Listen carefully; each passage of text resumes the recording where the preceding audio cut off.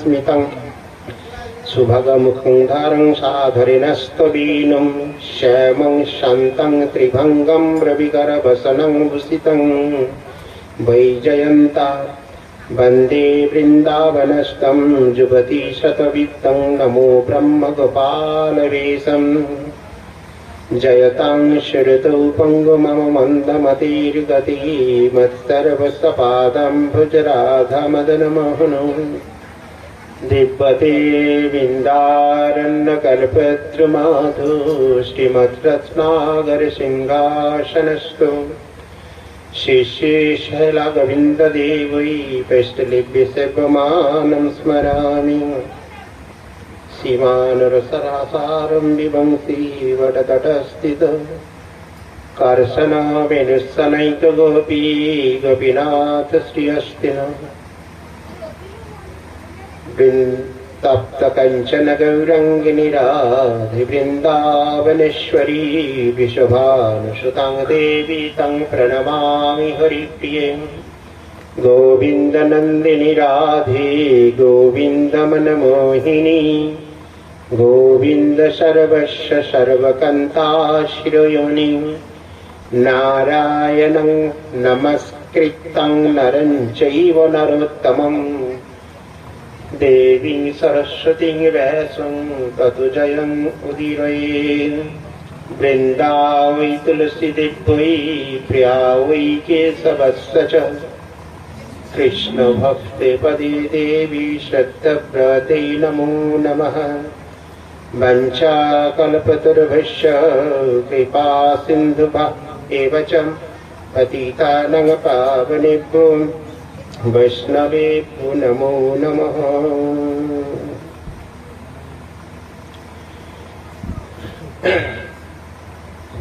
सर्वाग्रे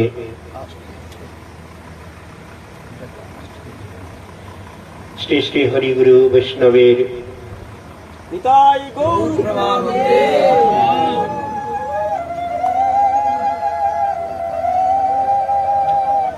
अहेतुकी कृपा भिक्षा करे आद्य वैवस्वतमनन्तरेर अष्टविंशतितम कलिजुगेर 539तम गौराब्दे शुभ आश्विन मासे छिना निवासी गौर प्रभुर बासगृहे उपस्थित वैष्णवদের श्रीचरणे दंडवत प्रणाम जानिए तत्परे उपस्थित अन्यान्य श्रद्धालु सज्जन बृंद के यथोचित सम्मान ज्ञापन पूर्वक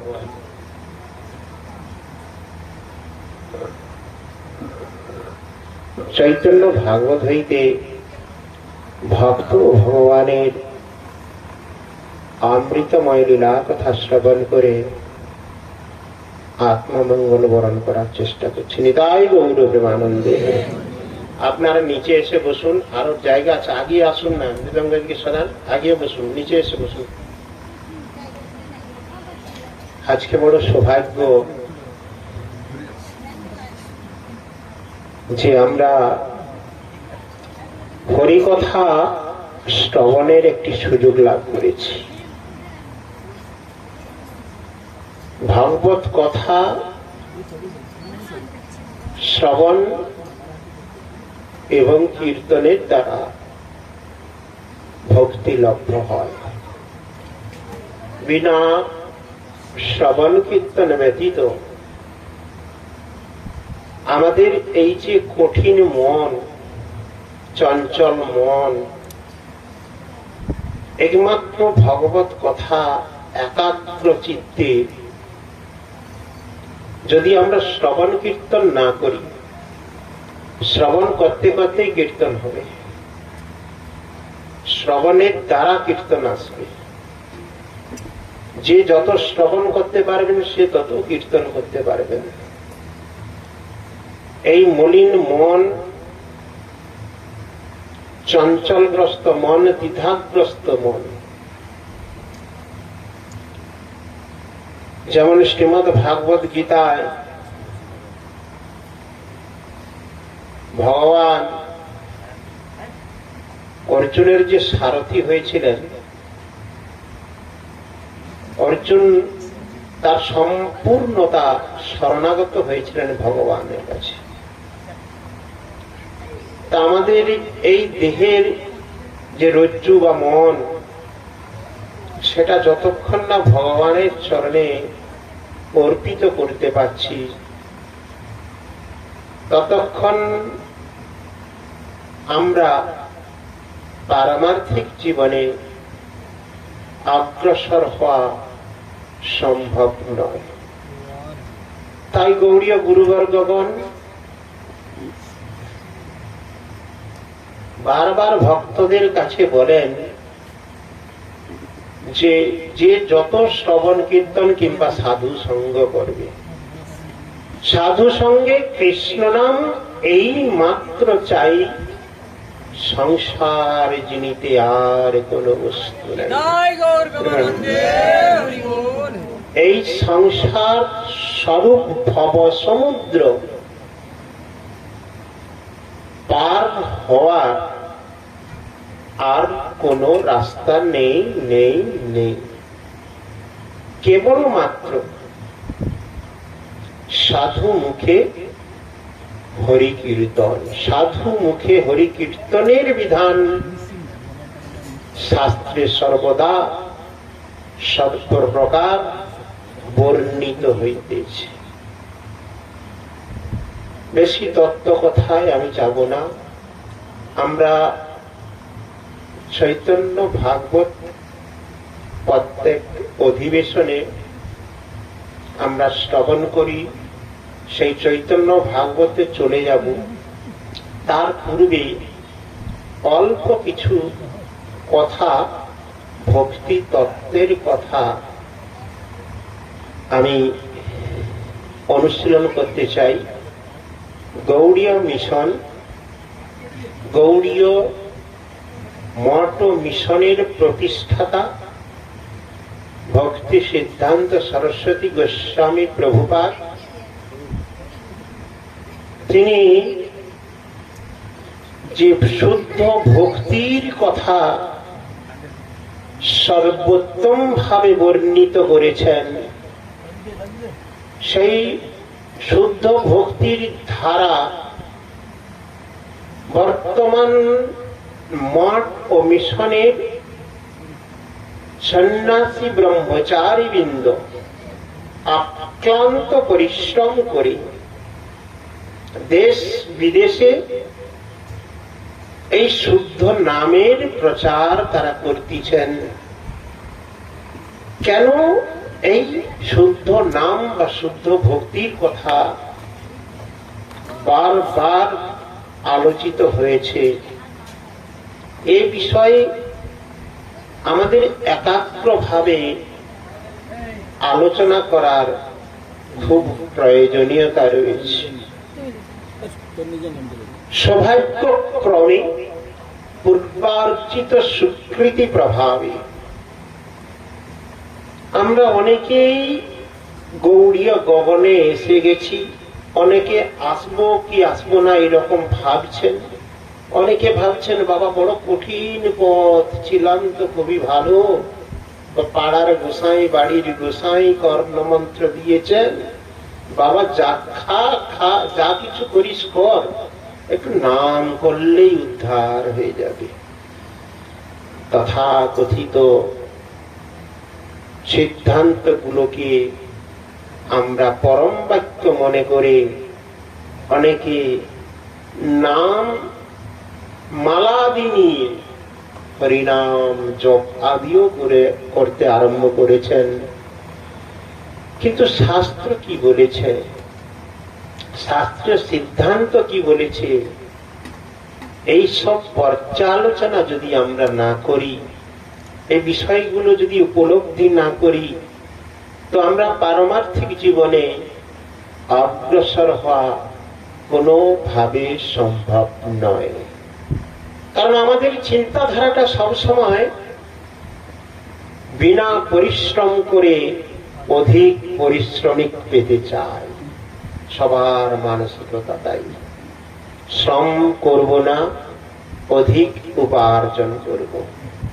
বাস্তবে আমরা সবাই জানি তা কখনো সম্ভব নয়, তথাপি আমরা তাহার পিছনে ধাবিত হচ্ছি। জগৎবাসী সাধন করব না, শুদ্ধতার মধ্যে প্রবেশ করব না, কিন্তু আমরা সাধ্য বস্তুকে পেতে চাই, সাধ্য বস্তুকে লাভ করতে চাই। এটা কখনো সম্ভব নয়। কলিযুগের ধর্ম কৃষ্ণ নাম সংকীর্তন, সেটা কিরূপ কীর্তন, কিরূপ সংকীর্তন,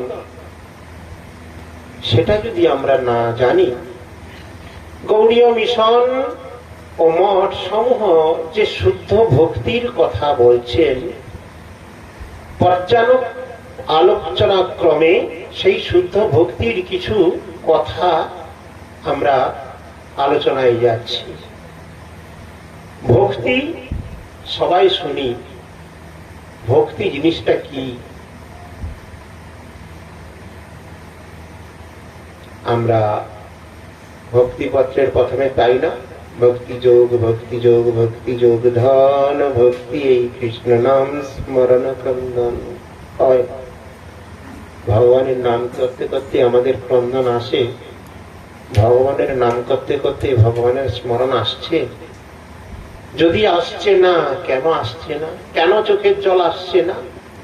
আমরা একটু সময় একটু শ্রবণ করতে বসেছি, এ তার সঙ্গে আর কথা সেরে নিচ্ছে, আর দেখা হবে কি হবে না, সকালে কথা সেরে নিচ্ছে, সে তাকে খুঁজছে, সে বলছে এইদিকে আসো।